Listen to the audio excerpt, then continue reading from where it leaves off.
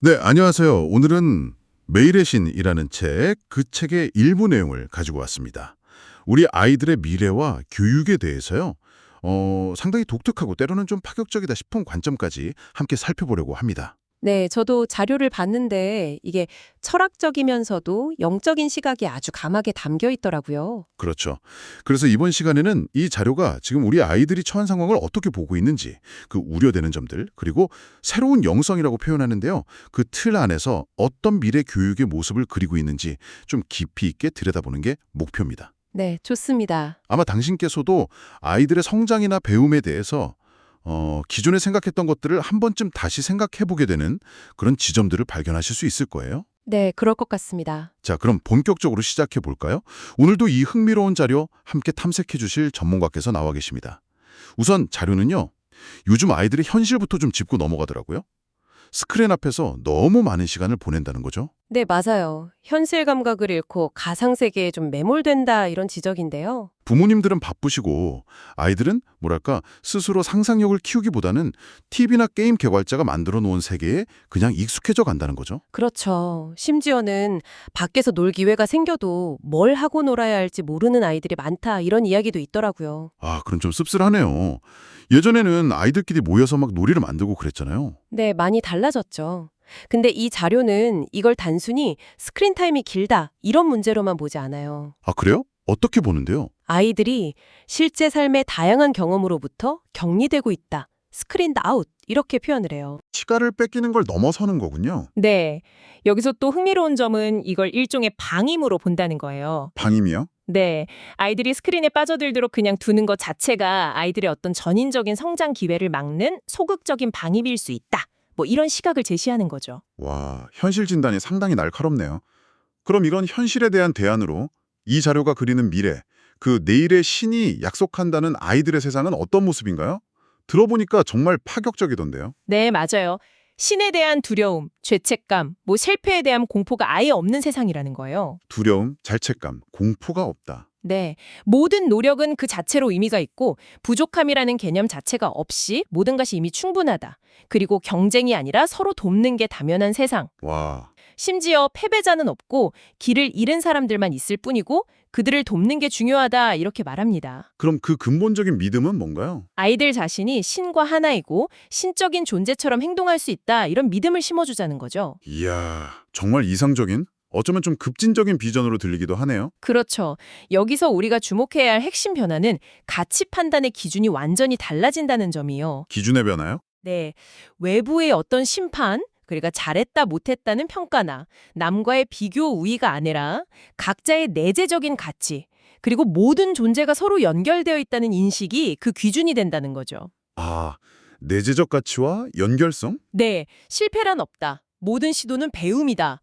부족함은 환상이다. 이미 충분하다. 이런 메시지들이요. 이게 아이들이 세상을 대하는 태도나 자기 자신을 인식하는 방식을 근본적으로 바꿀 수 있다는 잠재력을 이야기하는 겁니다. 경쟁에서 이겨야만 가치 있는 게 아니고요. 그렇죠. 자신의 노력을 그냥 있는 그대로 긍정하고 다른 사람들과 협력하는 걸 자연스럽게 여기는 새로운 인간상을 제시하는 거죠. 지금 우리 사회가 요구하는 성공 모델과는 아주 다른 패러다임이에요. 그렇겠네요. 그런 이상적인 미래상과 비교하면 당연히 현재 교육 시스템에 대해서는 비판적일 수밖에 없겠군요. 어떤 점들을 구체적으로 지적하나요? 네. 자료는 현재 교육 시스템, 특히 국가나 특정 종교 단체가 운영하는 학교들이 아이들의 자유로운 사고를 좀 제한하고 특정 가치관을 주입하는 통제 수단으로 기능할 수 있다. 이렇게 강하게 경고합니다. 통제 수단이요? 네, 정해진 지식의 암기를 강요하고 기존 질서에 의문을 제기하거나 새로운 아이디어를 탐구하는 걸 별로 장려하지 않는 경향이 있다는 거죠. 예를 들면 어떤 게 있을까요? 예를 들어서 특정 종교적인 관점만을 절대적인 진리로 가르치는 학교들, 자료에서는 뭐 마드라사 같은 예를 들긴 하는데요. 이건 특정 종교 비판이라기보다는 좀 폐쇄적인 교육 시스템의 예로 든 걸로 보입니다. 이런 곳은 아이들 시야를 넓히기보다는 오히려 편협하게 만들 수 있다. 이런 우려를 표하는 거죠. 단순히 지식 전달 방식을 넘어서 학교가 아이들의 정신에 미치는 영향까지 깊이 파고드는군요. 특히 그 처벌에 대한 비판이 상당히 인상적이었습니다. 아, 네, 맞아요. 체벌은 물론이고 소위 벌이라고 생각되는 모든 형태의 조치들 있잖아요. 뭐 타임아웃이나 반성문 쓰기 같은 것들까지도. 네네. 이런 것들이 근본적인 문제 해결 방식이 될 수 없다고 주장해요. 왜 그렇게 보죠? 왜냐하면 이런 방식들은 아이들에게 힘을 가진 사람이 힘이 없는 사람에게 고통을 가해도 된다, 이런 잘못된 메시지를 가르칠 뿐이라는 거죠. 아, 남을 해치지 말라고 가르치면서 정작 아이에게는 신체적이든 정서적이든 고통을 가하는 건 명백한 모순이라는 지적이에요. 듣고 보니 그러네요. 처벌이라는 게 문제 행동을 잠시 멈추게 할 수는 있겠죠. 하지만 아이 내면의 어떤 긍정적인 자아상을 훼손하고 진정한 행동 변화나 성찰을 이끌어내지는 못한다. 이게 핵심 논지예요. 그럼 그 대안은 뭘까요? 그냥 처벌하지 않으면 되는 건가요? 아이들의 행동 변화는 어떻게 이끌어야 한다고 보죠? 이 지점에서 자료는 좀 흥미로운 관점을 제시해요. 옳고 그름은 없다. 단지 당신의 목표에 비추어 작동하는 것과 작동하지 않는 것이 있을 뿐이다. 작동하는 것과 작동하지 않는 것. 좀 어렵네요. 그러니까 아이의 어떤 행동이 바람직하지 않다면 그게 나쁜 행동이라서가 아니라는 거예요. 그럼 왜죠? 아이 자신이나 주변 사람들의 행복 또는 조화라는 목표에 비추어 볼 때 작동하지 않는 방식이기 때문이라는 거죠. 아, 목표 달성에 도움이 안 되는 행동이다. 이런 뜻인가요? 그렇죠. 그래서 처벌로 잘못을 응징하는 대신에 그 행동이 어떤 자연스러운 결과를 가져오는지 이해하게 하고 더 잘 작동하는 대안적인 행동을 함께 찾아보도록 돕는 소통이 필요하다고 말합니다. 소통이 중요하다는 거군요. 네. 그러면서 아델 페이버와 엘레인 마즐리 씨의 책, 아이들이 배울 수 있도록 대화를 나누는 방법이라는 책을 긍정적인 대안으로 언급하기도 해요. 아, 그 책 유명하죠. 네. 아이 감정을 있는 그대로 받아주고 문제 해결에 아이를 참여시키고 처벌 대신 긍정적인 대안을 제시하는 그런 구체적인 대화 기술들을 제안하잖아요. 같은 맥락인 거죠. 암기는 과거를 답습하게 하지만 개념 탐구는 미래를 창조하게 한다. 이 주장도 인상 깊었습니다. 네, 맞아요. 단순히 지식을 쌓는 걸 넘어서 공정함, 관용, 평화 같은 추상적인 개념들을 아이들 스스로 깊이 생각하고 내면화하도록 이끄는 교육이 필요하다는 거군요. 바로 그겁니다. 이런 비판과 대안 제시 위에서 자료는 창조교육, 크리에이션 에듀케이션이라는 새로운 교육 모델을 제안합니다. 창조 교육이요? 네, 이름 그대로 단순히 기존 지식을 복제하는 교육, 리크리에이션 에듀케이션이 아니라 아이들 각자 안에 내재된 창조성, 그러니까 내면의 창조주를 일깨우고 스스로 진실을 발견하고 형성하도록 돕는 교육이라는 거죠. 내면의 창조주를 일깨운다. 네, 마음을 닫게 하는 대신 열게 하고 오감에는 대신 자유롭게 하며 지성뿐 아니라 감성, 영성, 그러니까 몸과 마음, 영혼이 통합적으로 성장하도록 지원하는 것을 목표로 합니다. 그럼 이 창조 교육이 추구하는 구체적인 가치나 메시지도 제시되어 있나요? 네, 9가지 핵심 메시지를 제시하는데요. 아까 이야기했던 그 내일의 신의 세계관과 거의 같아요. 아하, 어떤 것들인가요? 예를 들면 모든 것은 하나로 연결되어 있다. 충분하지 않음이란 없다. 모든 이에게 충분하다. 또 실패란 존재하지 않는다. 모든 경험은 성공이다. 삶 자체가 우리의 가장 위대한 스승이다. 이런 내용들입니다. 아하, 그런 메시지들을 교육과정 전반에 녹여내자는 거군요. 그렇죠. 그리고 여기서 아주 흥미로운 주장이 나오죠. 우리가 흔히 교육의 기본이라고 생각하는 3R, 그러니까 읽기, 쓰기, 세마기 있잖아요. 네, 읽기, 쓰기, 세마기. 그것보다 더 근본적이고 중요한 새로운 3R이 있다는 겁니다. 새로운 3R이요? 그건 뭔가요? 네, 이 자료는 교육의 패러다임을 완전히 뒤집는 제안을 하는데요. 미래 사회 아이들에게 정말 필요한 기초는 바로 화해, 재창조, 재통합이라는 새로운 3R이라고 주장합니다. 화해, 재창조, 재통합. 좀 더 설명해 주시겠어요? 첫 번째 화해는 뭔가요? 네, 첫 번째 화해 리컨실리에이션은 우리 사회에 존재하는 모든 형태의 분열과 갈등을 치유하는 과정을 의미합니다. 인종, 성별, 국가, 종교 간의 벽을 허물고 서로를 이해하고 받아들이는 거죠. 사회적, 역사적 차원의 화해를 말하는 거군요. 맞습니다. 특히 자료는 과거의 역사적 잘못들에 대한 진정한 성찰과 치유를 강조해요. 예를 들어서 이건 자료의 주장입니다만 일본의 한국 식민 지배나 미국 내 원주민 탄압, 흑인 노예제, 차별 문제, 또 영국과 인도의 관계, 러시아와 폴란드, 유대인과 팔레스타인 갈등 같은 것들을 언급하면서요. 네, 민감할 수 있는 내용들이네요. 그렇죠. 그래서 다시 한번 말씀드리지만 이건 자료의 주장이지 저희의 입장은 아닙니다. 어쨌든 이런 과거의 상처들을 외면하지 않고 정직하게 마주하고 진심으로 사과하고 가능하다면 실질적인 보상을 통해 관계를 회복하는 노력이 교육의 중요한 일부가 되어야 한다고 주장합니다. 빈부격차 문제도 여기에 포함되나요? 네, 맞아요. 극심한 빈부격차 역시 사회적 분열의 큰 원인이니까 이걸 해소하기 위한 노력도 화해의 중요한 과제로 포함시키고 있습니다. 상당히 거시적인 접근이네요. 두 번째는 재창조였죠. 네, 두 번째 재창조, 위크리에이션은 말 그대로 낡은 생각의 틀이나 이야기를 버리고 인간 존재의 의미, 성공의 정의, 행복의 기준 같은 것들을 새롭게 만들어가는 과정입니다. 기존의 성공 개념에서 벗어나자는 거군요. 그렇죠. 경쟁에서 이기고 물질적으로 풍요로워지는 겉면이 성공이라는 그런 좁은 관념에서 벗어나서요.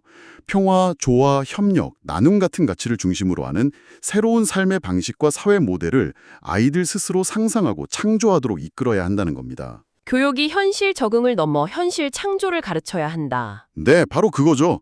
더 나은 현실을 만들어가는 주체를 길러내야 한다는 겁니다. 알겠습니다. 그럼 마지막 세 번째 재통합은 뭔가요? 마지막 재통합, 리유니피케이션은 이 모든 것의 근간이 되는 개념이라고 할 수 있어요. 개인이 나라는 분리된 자아를 넘어서 신 혹은 우주적 근원이라고 할 수도 있겠죠. 그리고 다른 모든 사람, 나아가 모든 생명과 깊이 연결되어 있는 하나임을 체험적으로 깨닫는 것을 의미합니다. 하나됨의 자각. 네, 이 자료는 이 하나됨의 자각이야말로 가장 중요하다고 봐요. 이게 이루어지면 인류가 겪는 대부분의 문제들, 갈등, 경쟁, 파괴 같은 것들이 자연스럽게 해소될 수 있다고 보는 거죠. 굉장히 근본적인 해결책을 제시하는군요. 그리고 놀랍게도 기존의 읽기, 쓰기, 세마기 같은 전통적인 교과목들은요. 바로 이 새로운 사말, 즉 화해, 재창조, 재통합이라는 더 큰 목표를 달성하기 위한 도구로서 그 의미와 필요성이 부여될 때 가르쳐져야 한다고 주장합니다. 아, 그러니까 목적과 수단이 완전히 바뀌는 거네요. 네, 완전히 뒤바뀌는 거죠. 와, 정말 교육의 근본적인 목표, 내용, 방법을 완전히 새롭게 정의하는 제안이군요. 그럼 이런 창조 교육을 실제 교실이나 학습 환경에서 어떻게 구현할 수 있다고 보나요?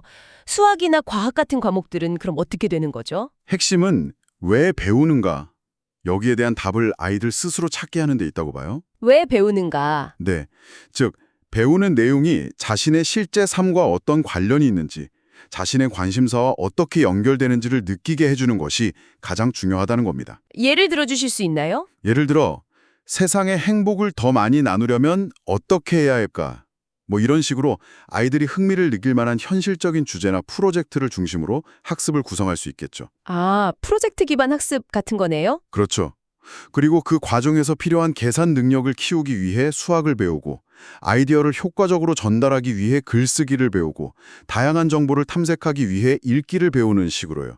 교과목 지식을 목표 달성을 위한 유용한 도구로서 접근하게 하는 겁니다. 내가 이걸 왜 해야 돼? 이런 질문이 안 나오게 하는 거군요. 네. 학습 내용과 삶의 맥락을 아주 긴밀하게 연결하는 거죠. 아이들이 스스로 동기부여가 되면 정말 놀라운 속도로 배운다는 점도 강조하더라고요. 맞아요. 어른들은 어려워하는 컴퓨터 게임이나 새로운 기술 같은 거 아이들이 금방 배우는 거 보면 정말 이해가 가기도 하고요. 바로 그 점입니다. 그래서 이 자료는 교육의 중심이 더 이상 학교 건물이나 정해진 커리큘럼이 되어서는 안 된다고 주장해요. 그럼 뭐가 중심이 되어야 하죠? 대신 아이들이 자신의 호기심을 따라서 자유롭게 탐구하고 배우고 싶어지도록 만드는 최적의 학습 환경, 그 환경을 조성하는 데 초점을 맞춰야 한다고 말합니다. 환경 조성이 중요하다. 여기서 더 나아가서 자료는 명상이나 직관력 개발, 심지어는 심령 능력, psychic abilities, 개발 같은 내용까지도 교육의 일부로 포함해야 한다고 주장하는데요. 이 부분은 듣는 분에 따라 상당히 낯설거나 좀 논쟁적으로 받아들여질 수도 있을 것 같아요. 네, 그렇죠. 인디고 아이들이라는 개념도 언급되는데 이것도 주류 교육학에서는 잘 다루지 않는 내용이잖아요. 맞습니다. 자료는 우리가 뇌 능력의 아주 극히 일부만 사용하고 있다는 점을 지적하면서요. 명상, 직관훈련, 심지어 텔레파시나 투시 같은 소위 심령 능력이라고 불리는 것들까지도 인간에게 잠재된 자연스러운 능력으로 본다는 거예요. 아, 자연스러운 능력으로요. 네. 그래서 이를 개발하는 훈련을 교육 과정에 포함해야 한다고 제안하는 거죠. 인디고 아이들에 대한 언급도 나오는데 이 자료에 따르면 이건 어떤 특별한 영적 감수성이나 비범한 능력을 가지고 태어났다고 여겨지는 아이들을 지칭하는 용어예요. 좀 특별한 아이들이군요. 그렇죠. 근데 중요한 건 이 자료의 관점에서는 이런 능력들을 신비하거나 초자연적인 현상으로 치부하는 대신에 인간의 타고난 잠재력의 일부로 보고 적극적으로 개발해야 할 대상으로 여긴다는 담입니다. 왜 그렇게까지 보는 걸까요? 아마도 내일의 신이 인간의 성장을 질투하거나 제한하는 존재가 아니라 오히려 잠재력 발현을 적극적으로 지지하고 돕는다는 그런 전제가 깔려있기 때문에 가능한 제안이라고 볼 수 있겠습니다. 그렇군요. 물론 이런 주장은 이 특정 자료의 독특한 시각이고 주류 과학이나 교육계의 일반적인 견해와는 좀 거리가 있다는 점은 염두에 둬야겠네요. 네, 맞습니다. 그런 점은 분명히 하고 넘어가야죠. 그리고 이런 잠재력을 끌어내는 학습 환경이 비단 아이들만을 위한 것은 아니라고도 하죠. 그렇습니다. 성인들 역시 스터디 그룹이나 독서 모임, 워크숍 같은 다양한 형태의 자발적인 학습 공동체를 통해서 서로 가르치고 배우면서 함께 성장할 수 있다고 제안합니다. 성인들의 학습 공동체. 네. 이때 핵심은 가르친다, teach라는 것이 단순히 지식을 전달하거나 주입하는 행위가 아니라는 거예요. 그럼 뭐죠? 상대방 안에 이미 존재하는 지혜와 잠재력을 끌어내는 것. 그러니까 에듀케이션의 어원적 의미에 더 가깝다고 할 수 있겠죠. 그런 역할을 해야 한다는 점입니다. 아, 끌어낸다. 네. 가르치는 사람 역시 배우는 사람과 동등한 입장에서 함께 탐구하고 발견하는 과정에 참여하는 거죠. 결국 미래에는 정해진 교실이나 학년 구분 같은 틀이 점차 희미해지고 나이나 배경에 상관없이 공동의 관심사를 가진 사람들이 자유롭게 모여서 함께 배우고 교류하는 학습 공동체가 전통적인 학교의 역할을 상당 부분 대체하게 될 것이다. 이런 전망까지 내놓고 있습니다. 네. 책상에 줄 맞춰 앉아서 칠판만 바라보는 그런 정적인 모습 대신에 훨씬 더 역동적이고 유기적인 배움의 풍경을 그리고 있는 것 같네요. 네, 오늘 살펴본 내일의 신 발췌 내용은요.